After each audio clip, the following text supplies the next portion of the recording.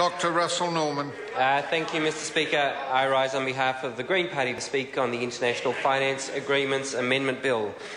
This is a relatively small bill, but has some interesting dimensions to it, particularly in relation to the International Monetary Fund.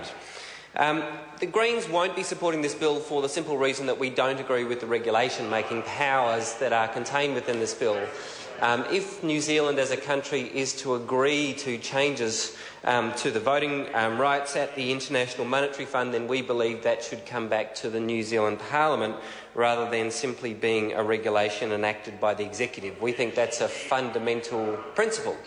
And I hear the heckling there from whoever it is from Hamilton, who has no idea about this bill or pretty much anything else.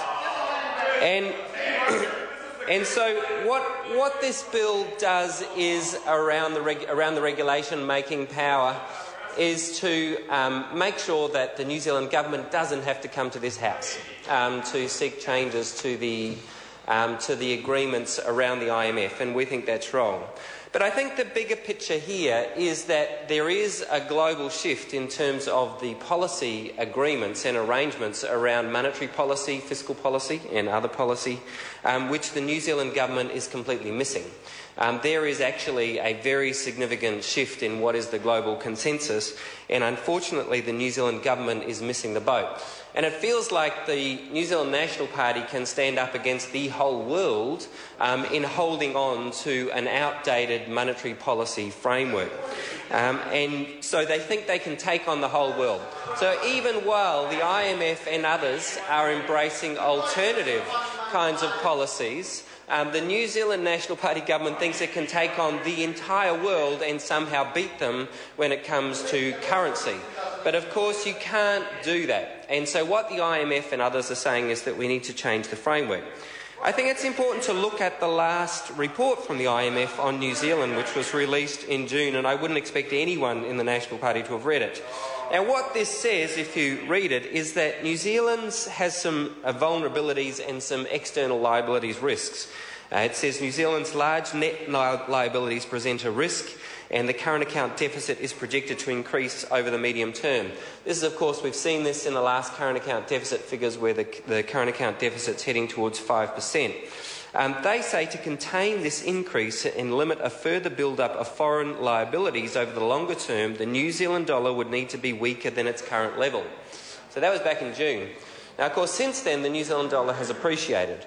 So we're now at the situation where New Zealand businesses in the tradable sector, those who are exporting or competing with imports, are screaming out for the New Zealand government to break with its orthodox position where it thinks it can take on the whole world and do something to bring down the value of the New Zealand dollar. The IMF, of course, has warned us that if we continue with a strong dollar, it will have very detrimental effects on the tradable sector in New Zealand. It will have very detrimental effects on the current account deficit and our net external liabilities. We've actually seen that already happen since this report came out. So in this respect, the IMF's report was quite prescient. It identified one of the key problems with the New Zealand economy in terms of the level of the exchange rate, and it identified it needed to come down. Instead, it's appreciated. Having just tonight been talking to some of New Zealand's large exporters, what they tell me is that they can maybe survive at the current level of the dollar, but were it to increase any further, large numbers of exporters, even more further exporters, would be driven out of business. And yet the government does nothing. The whole world is devaluing their currencies. All of our major trading partners are adopting policies to devalue their currencies, but somehow the New Zealand government thinks that it can stand up like King Canute and hold back the ocean. Somehow New Zealand can stand against the world and not do anything while all of our trading partners are devaluing their currency, that somehow that the New Zealand tradable sector can simply stand there and survive. Well, they should talk to real people for a change. Because if they talk to real people who are actually involved in the business of exporting or competing with imports, what they'll find is that those real people, manufacturers and others, are having real trouble because of the current policy settings, meaning that the New Zealand dollar is too high. So while the National Party lives in the neoclassical economic bubble, where the economy is doing extremely well in theory, in practice, of course, the New Zealand economy is doing very, very poorly. And the National Party rabble that people may hear are gabbling away in the background, who have simply no idea about economic policy or what's going on in the real world, can yell as much as they want and try to shut down the voices who are saying that we need to take action. But of course the reality is that they can sit there and watch the economy get destroyed, but the Green Party won't support that. The other element that I think has been interesting in terms of the development of the thinking at the IMF has been around green economics. For those of you who read the publication that has been put out by the IMF, Finance and Development, they put out an issue a few months ago called Going Green, which is looking very much at investment in basically mostly renewable energy. And the argument they make is that in spite of the global financial crisis, there has been a huge boom in investment in renewable energy. That in fact it's continued to grow, even in spite of the pressure that's been on the sector. And so when you look at the stats they're putting out, we're seeing a dramatic increase in the amount of annual investment from about $7 billion a year back in 2002 to well over $150 billion a year now. So this very significant growth in investment going into renewable energy, that's what the IMF is reporting. The reason why this is very significant for New Zealand is that one of the strategic advantages New Zealand has is in the renewable energy field, and because of our background, particularly in hydro, but also our emerging technological kind of advances in geothermal. And this is a sector where our state-owned enterprises have some real expertise and ability to excel.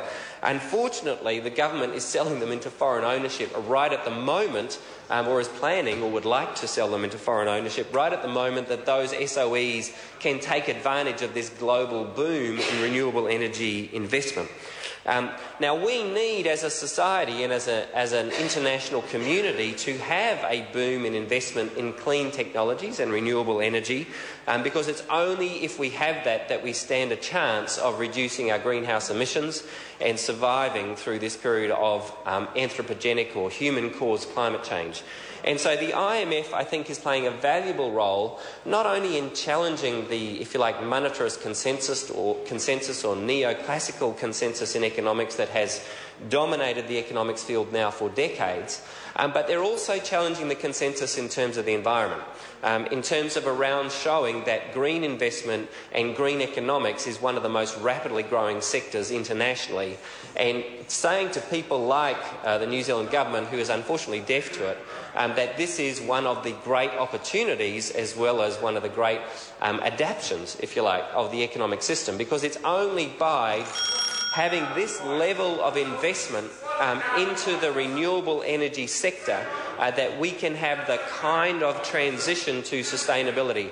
Now, once again, the National Party backbench starts shouting out because they have no idea about green economics or the IMF, or they don't read any of the publications coming out from the IMF, which is why all they can do is sit there and shout abuse from the back of the chamber, which is pretty standard in this parliament. We have the National Party MP from Hamilton, David someone or other, who shouts abuse pretty much in every debate in this House when anyone tries to make a rational argument, and in the background you'll be able to hear him shouting abuse. Oh, Maggie Barry's joined in as well, who's also very good at shouting abuse. But of course what the real arguments are, the National Party doesn't want to engage in. The real arguments are about changing the neoclassical consensus in economics and embracing the turn towards green economics and the green economic opportunities for New Zealand. That is a future focus for our country. If we embrace those things, which you can read about in the IMF reports, then that is a positive future for our country, and it's a pity that the National Party wears such blinkers that they cannot see that the world is changing. And it is not the same. And Maggie Barry yells out, "Go back to Australia," because she abuses people who are migrants. That's what you get from the National Party. They abuse. So Maggie Barry says, "Go back to Australia," because she abuses people who are migrants.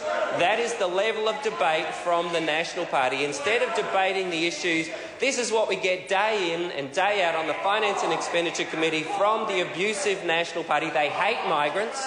They hate anyone that's different. They don't like it. Well, I tell you, you need to embrace the future because it's going to be diverse and it's going to be green, so get used to it. David Bennett. Thank you, Mr. Speaker. And that was a pathetic speech from, I don't know who it was, somebody in the Green Party. But he mentioned the green economy, and I'd like